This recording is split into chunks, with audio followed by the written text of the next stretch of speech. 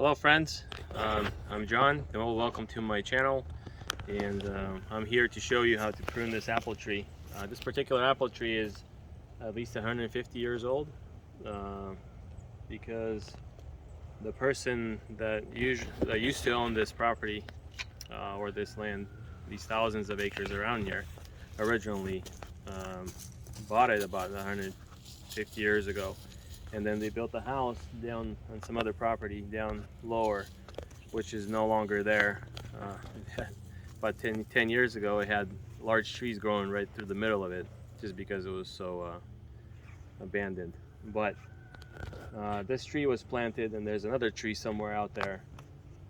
Probably the time that they bought this place, he said, 150 years ago. And they don't know the variety, but these apples are very large. They literally, they're like, some of them are 8 inches in diameter, just huge.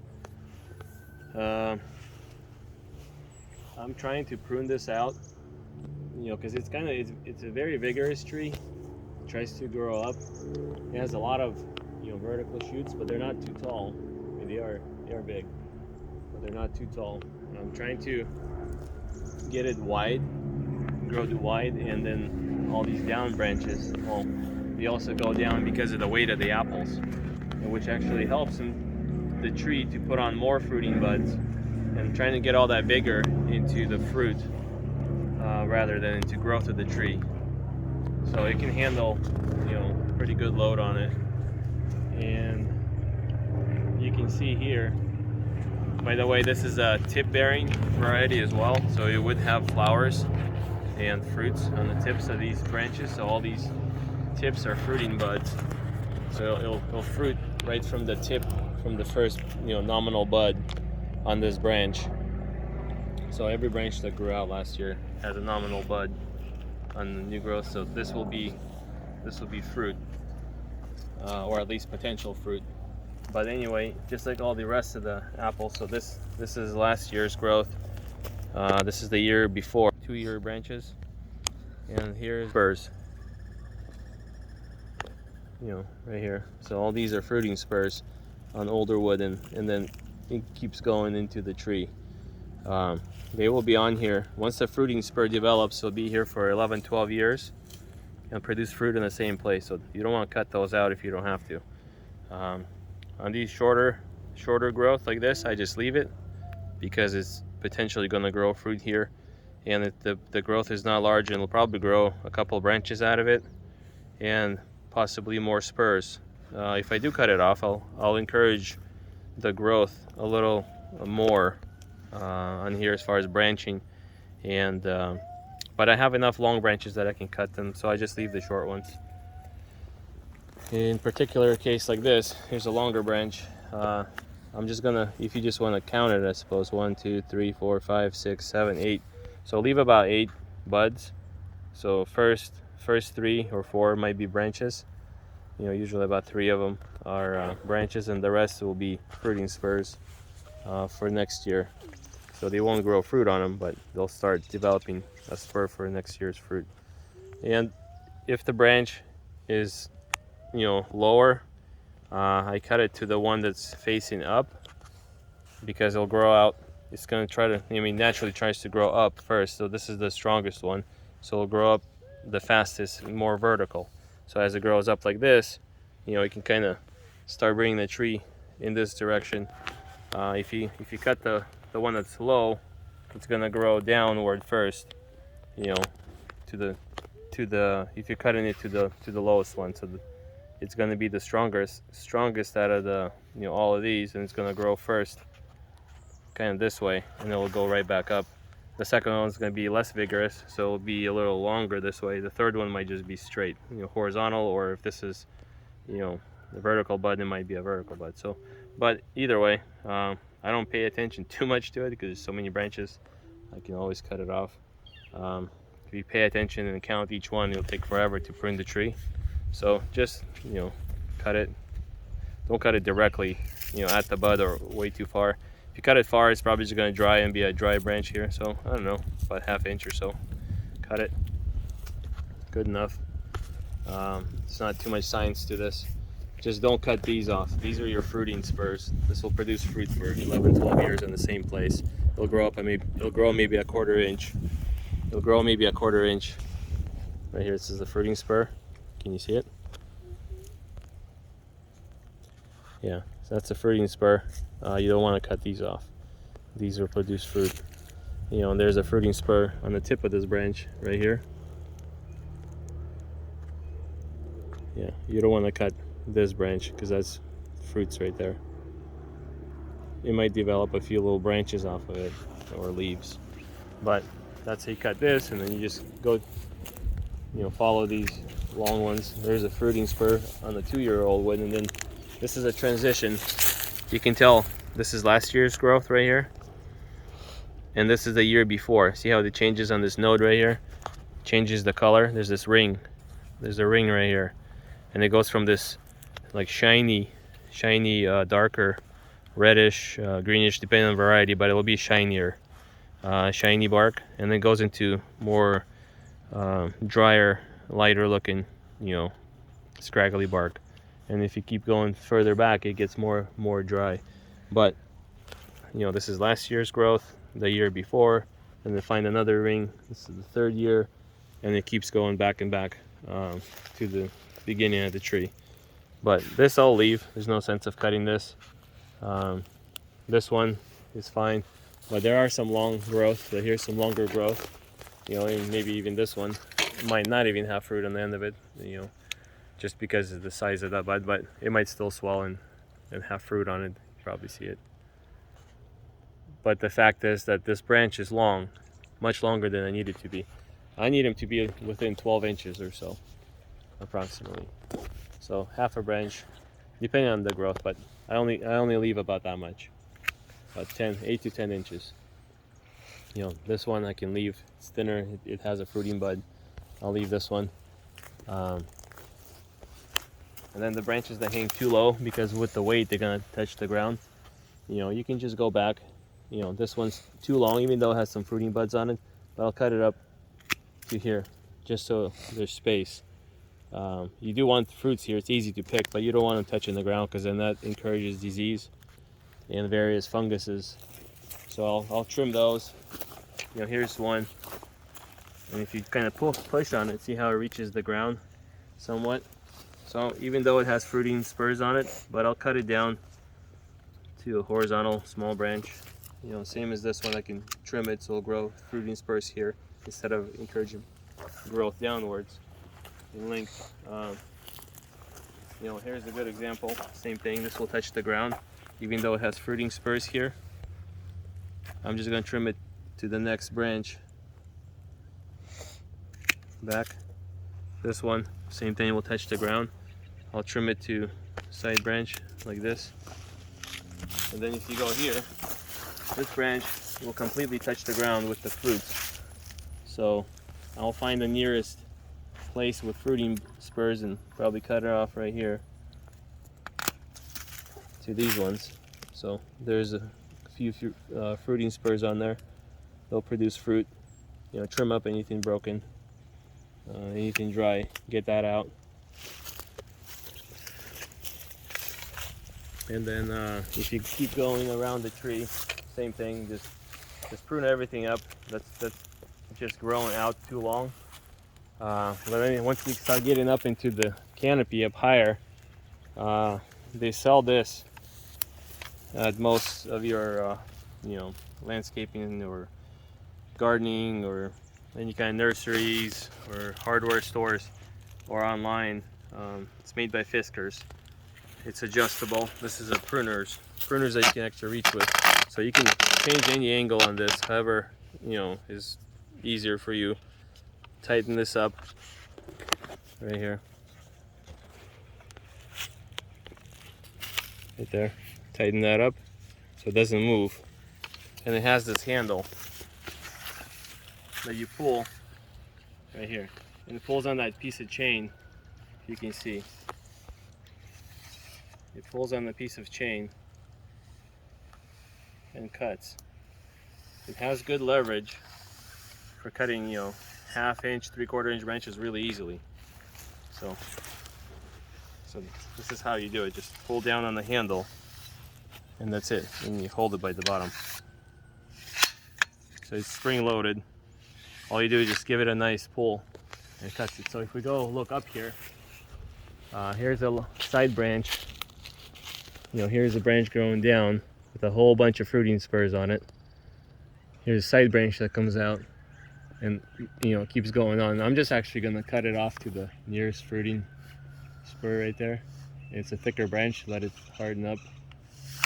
So pull down like this and then watch, because it's going to hit you in the face. Depends on where you cut it, so pay attention. You'll get, yeah, you don't want to hurt yourself, or wear some eye protection if you're worried, so you don't poke yourself in the eye, like little arrows falling down. But here's another really long branch, and I'll just cut it to the last fruiting spur right there. So that's how they're flying down. The same thing here. Here's another fruiting spur. I'll just cut off there. Cut off there. Let these branches get thicker so they can hold more fruit easier without bending down. And then this one's going up, this one's going down. I'm gonna cut it right there at that junction where it goes downwards. Horizontal branches usually put on a lot of fruiting spurs. And then also, if you actually take the vertical growth and you bend it down, you know, in like right now, tie it down, or at least somewhere in the beginning of the summer, the tree's gonna think it's loading up with fruit, and you know it starts to put on new spurs, fruiting spurs for next year, because it thinks it's loaded with fruit. And being horizontal, that's just the, you know, the flow of hormones. That's what causes the spurs to grow. So if the branch is very vertical, it's just going to be, all the growing hormones are going to go in there and they're just going to grow higher. So horizontal branches, you know, or maybe, you know, 40 degrees, you know, 40 to 60 degrees produce fruiting spurs. But anything like this, same thing here. See how this one goes up? I'm just going to cut that off to the horizontal one there. And, you know, this one doesn't have much, but then this is the new growth from here. I'm just gonna go up 6 or 8 inches or so and just cut it off. And just go through the entire tree this way, just, you know, cutting off all the tips. That way you stop the growth and cause more branching. You know, the idea I'm trying to do here is create this umbrella looking tree that's kind of wide, you know, and then open up the center a little bit to get some sunlight through the center of the tree, but then have this canopy on the outside, which is, you know, not too thick. So any kind of vertical branching that's shading too much, I'll take off, but this, you know, canopy of all these spurs and fruiting wood, I'll leave, just so they can take up the energy of the actual tree instead of producing, you know, new growth to go into fruit production, or, you know, setting up this fruit here. I'll prune some and we'll come back and see what's going on. Okay, so on some of these very tall shoots, I cut it, you know, maybe 3, 4, 5, 6 buds, leave little stubs like this, to encourage side branching, because I can always cut it off, but I leave a little stub and it might get some side branching that I want, and then I'll cut the rest of it off. So anything like this, I just chop it off right now. You know, it's probably going to grow a few tall ones out there, but then also get some side branching, and I'll cut that off to encourage some new growth. Otherwise, you know, it's completely cut out or partially cut out. So I'm going to cut this, and I'll leave a couple buds on there. It's too tall. This one I can leave, or just cut it shorter. Just cut everything down to small stubs, and then you can manage, either cut it off completely later or keep some side branching. But, you know, the basics are, you know, leave the fruiting spurs and get some sunlight down through the middle, you know, to go on the tree. You can actually tell where it's shaded. I mean, this tree's old to begin with, but there's a lot of moss on it. but that's due to basically shade. Yeah, it's been doing fine. Everything's growing well on it. So keep it aerated, keep the fruiting buds on it, and the tree will be happy. Don't cut extremely a lot off of it, because then it's going to go into vigor. But kind of feel for the tree, what it can handle, what it can't. If you get a lot of fruiting spurs and you get a lot of apples and they're all really small, it means you're obviously overloading the tree with a lot of fruit. Can't handle to grow them all in a good size. And if it's ripening very late, it's overloaded. So next year you can reduce some load, but these being fruit trees, they bear heavy one year and very light next year. So it's, they produce heavy loads one year, not so heavy next year. But in general, sunlighting, lighting through it, aerated. So I'm keeping the center open, keeping the bottom open so that you get a draft going through it constantly. And this got this big umbrella, skirt kind of around the whole tree with fruiting buds.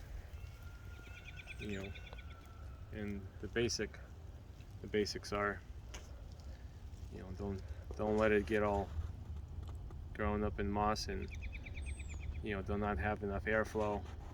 So make sure it has some path of air flowing through it.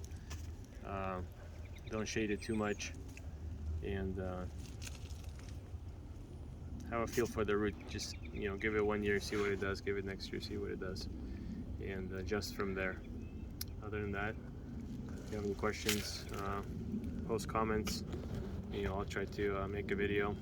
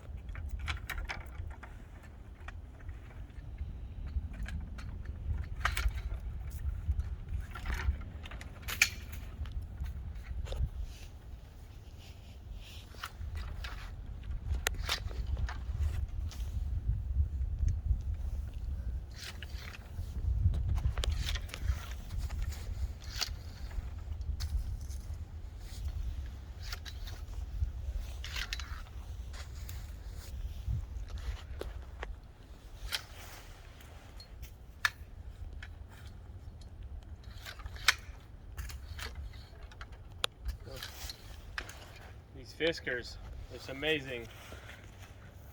You can reach, staying in one place, you can reach all around you, like a 6-foot radius or a diameter of 12 foot. If you get in the middle of a tree that's a little smaller, you can do the whole tree from one spot, or from a ladder if you can get it through the middle of the tree.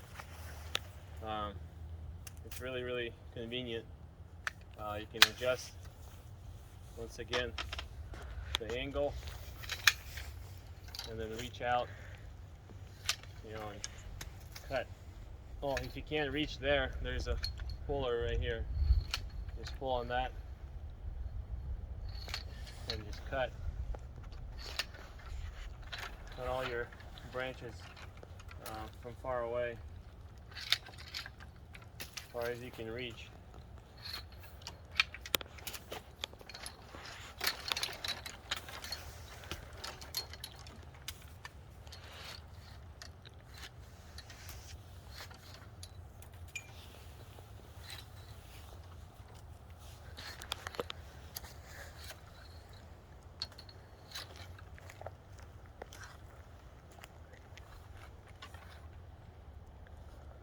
yeah, once again, really awesome tool for those that have a lot of tall trees, hard to reach, or old trees.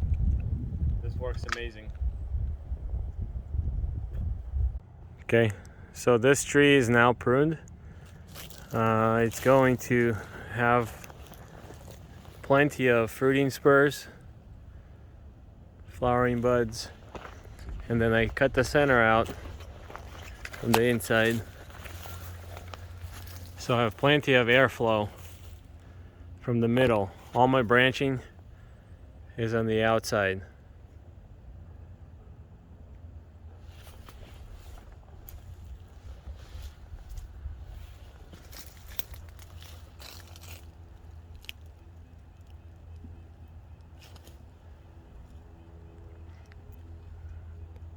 All the branching's on the outside with all them flowering buds. And the center is open. And I left those short stubs from the branches to go and get more side branching to develop, and then I'll thin those out next year, or possibly summer pruning. So yeah, has really good airflow at this point. And then all the branches are pruned so they don't touch the ground.